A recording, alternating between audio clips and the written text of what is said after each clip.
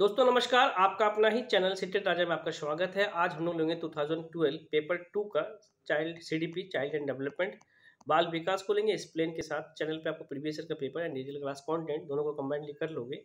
इस बार का CTET smoothly tricky वे magical तरीके से फर्स्ट अटेम्प्ट में आप निकालोगे। सीटेट का बनना है राजा। सब्सक्राइब करें सीटेट राजा। क्वेश्चन नंबर 1 को लेंगे, समाजीकरण का अर्थ क्या है।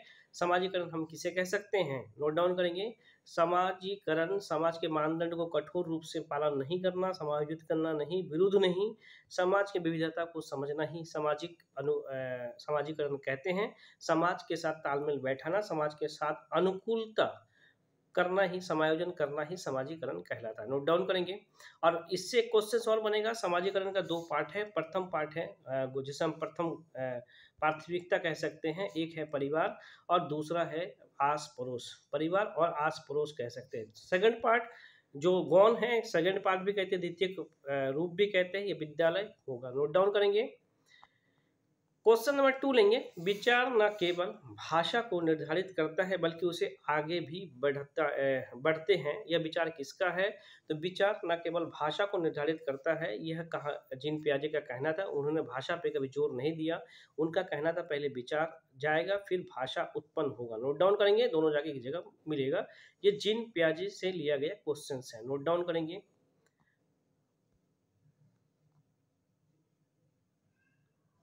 आगे चेक करेंगे। क्वेश्चन नंबर 3, बच्चे द्वारा संकल्पना का निर्माण के संबंध में निम्नलिखित में से कौन सा कथन सही है। नोट डाउन करेंगे।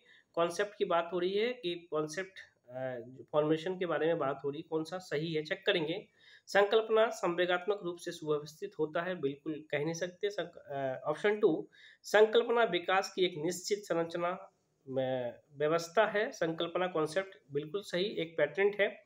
संकल्पना की प्रकृति पदानुक्रमित नहीं होती है, बिल्कुल गलत होती है। संकल्पना व्यक्तित्व नहीं होती है, बिल्कुल गलत, व्यक्तित्व भी होती है।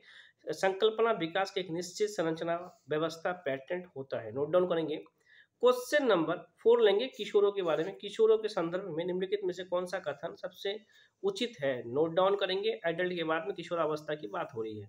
तो संवेगात्मक प्रोत्थान की घटना बढ़ जाती है, बिल्कुल सही, क्योंकि किशोरा काल को दुश्चिंता का काल कहा जाता है, चिंता का काल कहा जाता है, तूफान की अवस्था भी कहा जाता है, जिन पर उनका संवेगात्मक प्रोत्थान की घटना बढ़ जाती है काफी ज्यादा। नोट डाउन करेंगे। सबसे ज्यादा पढ़ाई के प्रति लापरवाह रवैया, ऐसा नहीं है। चिंतन को मूर्त क्रिया, मूर्त नहीं, जब किशोर हो गए तो अमूर्त रूप से सोचने की क्रिया है। बुद्धि लब्धांग में अकस्मात वृद्धि, ऐसा भी हम नहीं कह सकते कि बुद्धि लब्धांग में वृद्धि हो जाएगा, ऐसा नहीं। उनका इमोशनल में चीजों में कंट्रोल नहीं रहता है। नोट डाउन करेंगे। और किशोरावस्था से 2-3 क्वेश्चंस और बनने वाले हैं। किशोरावस्था को हम सक्रिय समूह का सदस्य कह सकते हैं। किशोरावस्था को तूफान का काल, दुश्चिंता का काल, अमूर्त सोचने का काल, निगनात्मक तर्कना का काल भी हम किशोरावस्था को कहते हैं। नोट डाउन करेंगे। और यह काल 11 वर्ष से ऊपर को लिया गया है, किशोरा काल। नोट डाउन करेंगे। क्वेश्चन नंबर 5 लेंगे। संवेगात्मक रूप से अभिप्रेरित बच्चों की मुख्य विशेषता क्या है, जो इमोशनल टाइप से मोटिवेटेड है। तो उनका अति प्रतिक्रियात्मक स्वभाव, अति अति उनका अंतर्मुखी स्वभाव। आगे चेक करें। उनका विचार प्रकट करने का उनका संतुलन तरीका, बिल्कुल सही, ऑप्शन 3। संवेगात्मक रूप से मोटिवेट है बच्चा, तो अपने विचार को प्रकट करने में उनका संतुलित तरीका होगा। अपने विचारों को वो कंट्रोल टाइप से, मतलब इजी गोइंग एक्सप्रेस करेगा। नोट डाउन करेंगे। क्वेश्चन नंबर 6 लेंगे। मानसिक विकास की औपचारिकता संक्रियात्मक अवस्था का मुख्य विशेषता क्या है।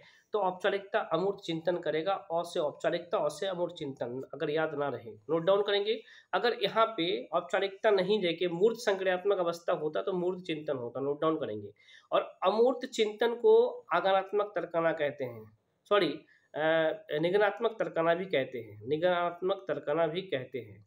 और इसे हम इस चिंतन को कठिन से सरलता की ओर कह सकते हैं। अमूर्त रूप से, अप्रत्यक्ष रूप से बच्चा सोचता है।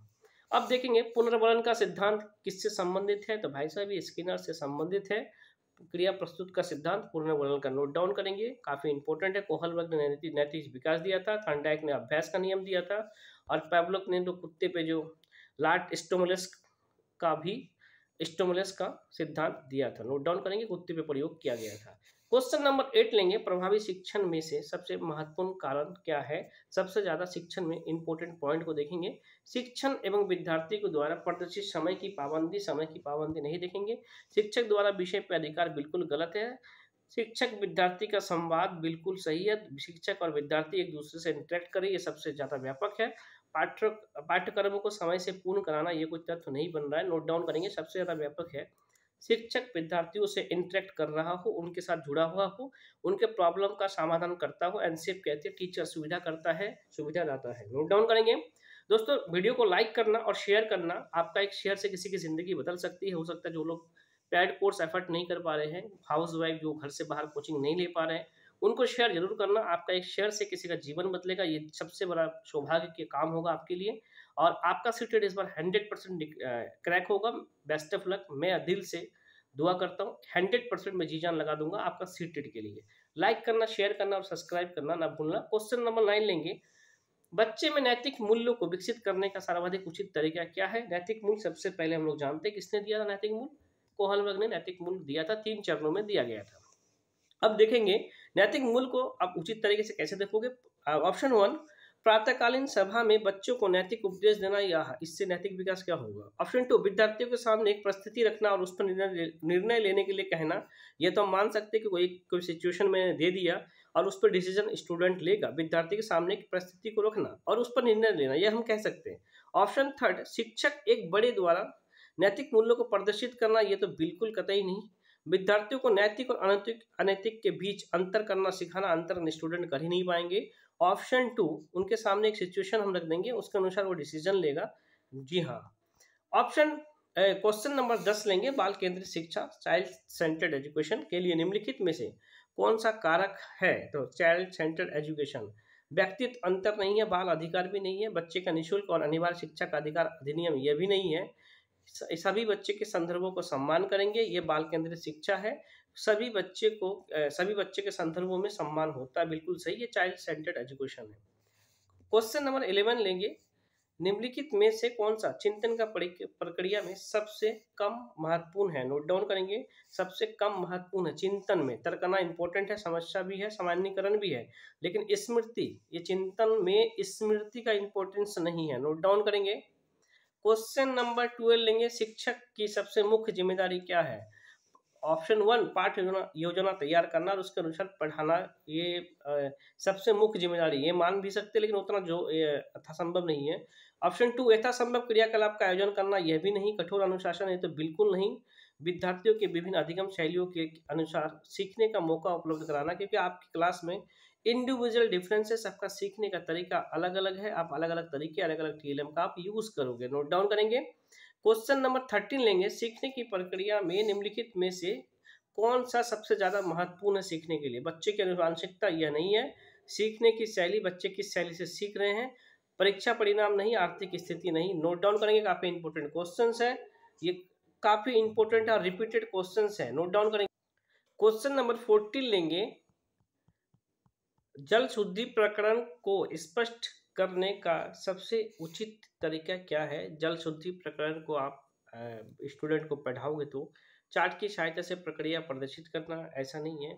विद्यार्थियों को शुद्धिकरण प्लांट का मॉडल बनाने के लिए कहना, ऐसा स्टूडेंट कर ही नहीं पाएंगे। विद्यार्थियों को उस प्लांट पे ले जाना जहाँ जल शुद्धि की जाती है। रियल लाइफ से स्टूडेंट कनेक्ट होगा, वास्तविक जीवन का अनुभव से बच्चे सीखेंगे, सबसे जबरदस्त पॉइंट है। क्वेश्चन नंबर 15 लेंगे, सतत और व्यापक मूल्यांकन के लिए तार्किक आधार क्या है। तो सतत और व्यापक मूल्यांकन का तार्किक आधार को चेक करेंगे। ऑप्शन 1, सीखने के एक से अधिक पक्षों का आकलन, बिल्कुल सही। आकलन के अवसरों का अधिकतमीकरण, आकलन के अवसरों का अधिकतमीकरण। चलिए आगे चेक करेंगे।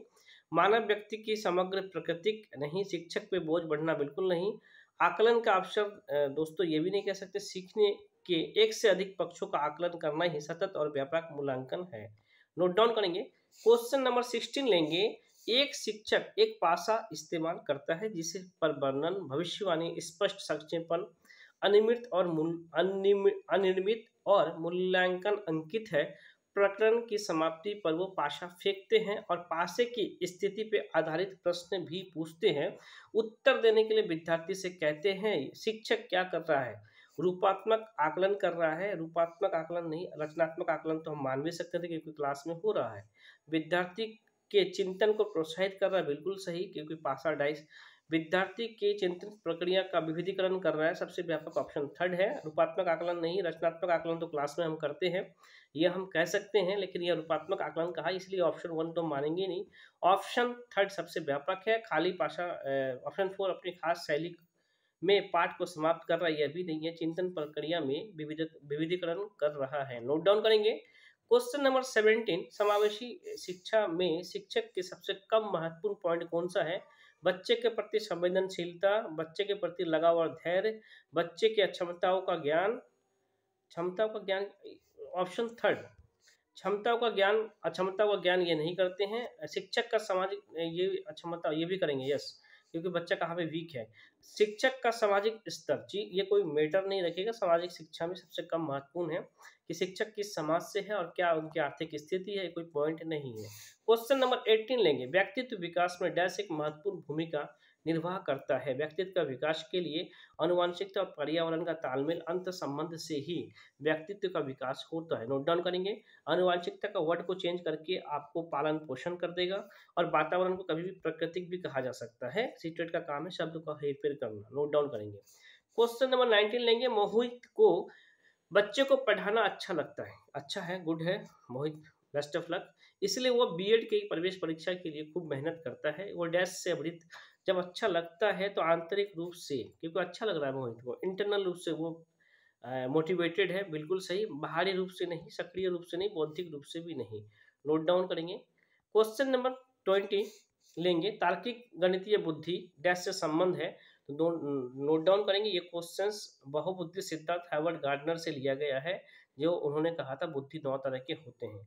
तो किसी भी व्यक्ति का तार्किक गणितीय बुद्धि किस पे होगा? द्विकारक सिद्धांत नहीं है, एक्सपेरिमेंट का ये सिद्धांत दिया गया था। समूह कारक नहीं है, परानुक्रमिक भी नहीं है, बहुबुद्धि का यह सिद्धांत है। दोस्तों वीडियो को लाइक जरूर करेंगे और शेयर जरूर करना उन लोगों को जो कि पैड कोर्स नहीं खरीद पाते, किताब नहीं खरीद पाते हैं, काफ़ी दूर गांव में रहते हैं, या हाउस वाइफ है जो कि कोचिंग्स नहीं ले पाते हैं। आपका एक शेयर से किसी का जीवन बदलेगा, और इससे बड़ा सौभाग्य की बात जीवन में कुछ नहीं हो सकता है। और मैं आपका सीटेट के लिए जी जान लगा दूंगा, और बेस्ट ऑफ लक मेरी तरफ से। मैं अपना बेस्ट करूंगा आपके लिए। इस बार का सीटेट स्मूथली तरीके में मैजिकल तरीके से निकलेगा। वीडियो को लाइक करना और शेयर करना और सब्सक्राइब करना ना भूलें। क्वेश्चन नंबर 21 लेंगे। गतिविधि आधारित शिक्षण, जिसमें एक्टिविटी हो, एक्टिविटी डैश पे बल देगा, किस पे? अनुशासित कक्षा। अनुशासित कभी करेंगे ही नहीं कक्षा को एज ए टीचर। सुनिश्चित समय अवधि में गतिविधि पूरा करना, बिल्कुल नहीं। सभी विद्यार्थियों के द्वारा सक्रिय भागीदारिता, बिल्कुल सही। स्टूडेंट का सक्रिय भागीदारिता चाहिए एक्टिविटी के लिए, और सक्रिय भागीदारिता जिस ऑप्शन में हो वो सबसे बड़ा व्यापक है। नोट डाउन करेंगे। क्वेश्चन नंबर 22 लेंगे। एक शिक्षिका अपनी कक्षा को शैक्षिक भ्रमण पर ले जाती है, चेक करेंगे। विद्यालय के रोजाना शिक्षण से अवकाश उपलब्ध कराने के लिए, ऐसा कोई तथ्य नहीं है। प्रत्यक्ष अवलोकन के लिए बच्चों को अवसर उपलब्ध कराना, बिल्कुल सही। बच्चे देखेंगे, प्रत्यक्ष रूप से सीखेंगे अगल बगल के वातावरण से, ये सबसे बड़ा व्यापक है। विद्यालय कैलेंडर में सुनिश्चित क्रियाकलाप है, ऐसा नहीं। बच्चों को मनोरंजन कराने के लिए, ये भी कोई तथ्य नहीं है। ऑप्शन 2 नोट डाउन करेंगे। वास्तविक जीवन से रिलेट करा के ही हमें अधिगम को देना भी है, as a teacher, as a NCF. Note down करेंगे। क्वेश्चन नंबर 23 लेंगे। कक्षा में 3 बच्चे पोलियोग्रस्त हैं। खेल के क्लास में आप उन्हें क्या कहेंगे? एक कोने में बैठा देना चाहिए कि वो खेल का आनंद ले सके, कोने में कभी नहीं बैठाएंगे। अन्य बच्चे के साथ उचित खेलों में हिस्सा लेने के लिए प्रोत्साहित करना, बिल्कुल सही। जो उनसे उनके द्वारा जो खेल खेला जाएगा, उचित खेल, उनके लिए हम उन्हें प्रोत्साहित करेंगे। प्रोत्साहित भी एक पॉजिटिव टैग वर्ड है, केवल है तो आगे पढ़ने का भी जरूरत नहीं है।